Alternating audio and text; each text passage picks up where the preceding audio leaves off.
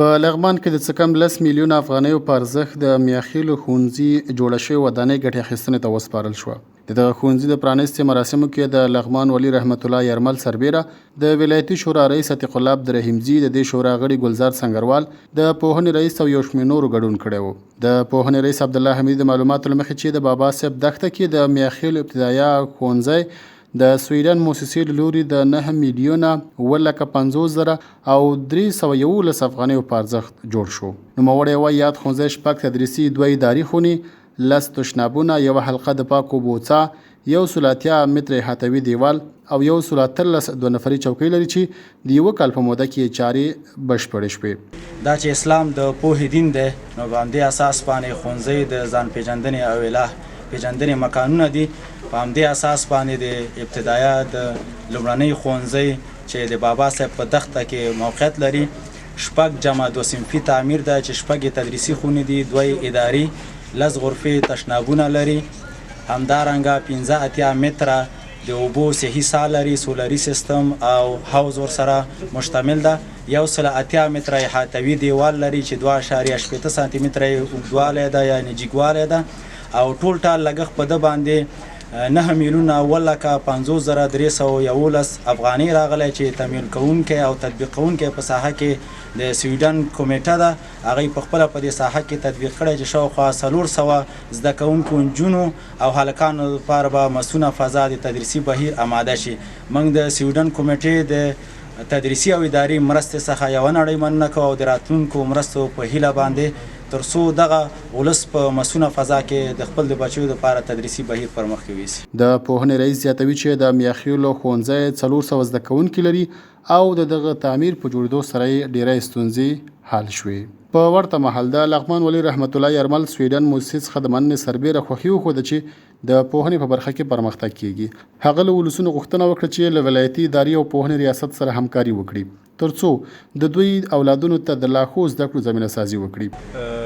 زه د افغانستان د اسلامي جمهوریت دولت او د لغمان د ولایتي ادارې په نمایندګۍ لومړی د افغانستان لپاره د سویډن د کمیټې یا SCA له مشرتابه او کار پرسونل له ټولو څخه مننه کوم چې د لغمان د خلکو د اساسي غوښتنو له جملو څخه یوې غوښتنې ته رسیدګي کړې ده.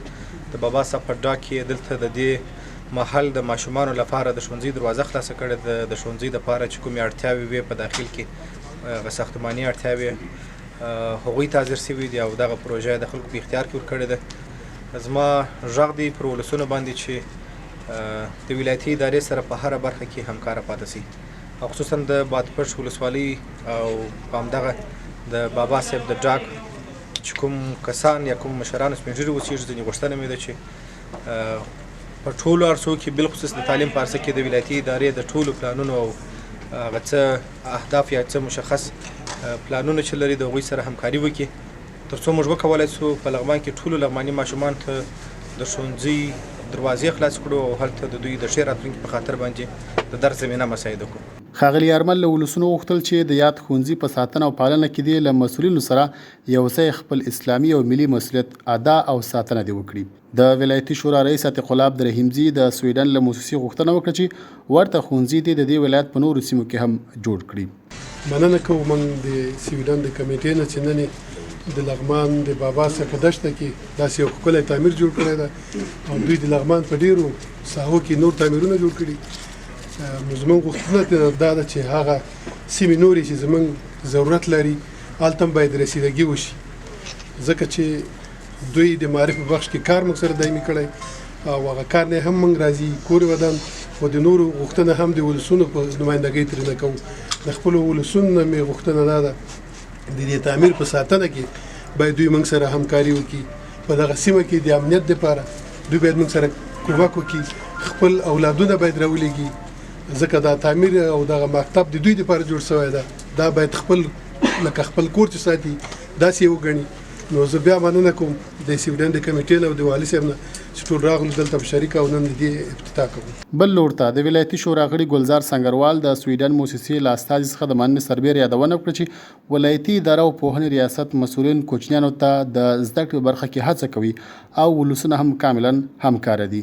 هغه خوښي وښوده چې د ولسونو په هڅو او قربانیو په ټول لغمان کې ښوونځي فعال دي، خو د کتاب او سرپناه په برخه کې د شته ستونزې ورته حل کړی شي.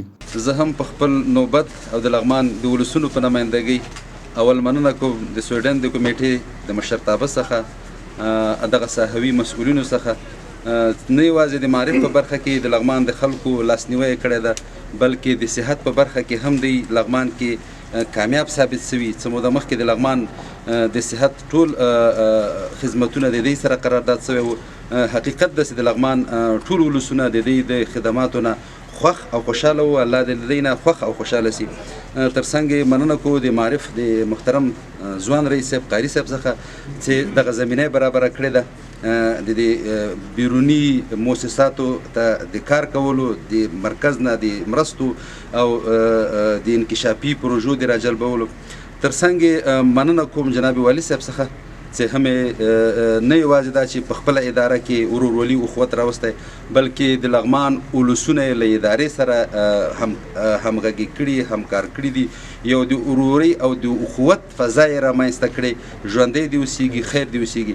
یوازینی ویاړ او افتخار چې د لغمان ولسونه لري، د لغمان ولایتي ادارې لري او د لغمان معرف ریاست لري. په لغمان کې موږ هیڅ مکتب یا ښوونځی هغه د نجونو ده که د هلکانو ده موږ بند نه لرو. د سیمې یوه قومي مشر له مسؤلینو مننه وکړه چې کوچنیانو ته یې د تدریسي بهیر په موخه سرپناه جوړه شوه. هغه دغه راز یادونه وکړه چې یاد ښوونځی دې لا پراخه شي. زه ډګروال عبدالقادر د دې سیمې اوسېدونکی. موږ د ولایت مقام او معرف نه یو جهان مننه او تشکر کوو چې زموږ ماشومانو ته ښوونځی جوړ کړو او باسوادي سبق یې وګرځېده. خدای دې هر کله دغسې نیک نیک کارونه د دې موږ په برخه کې د دې لخوا.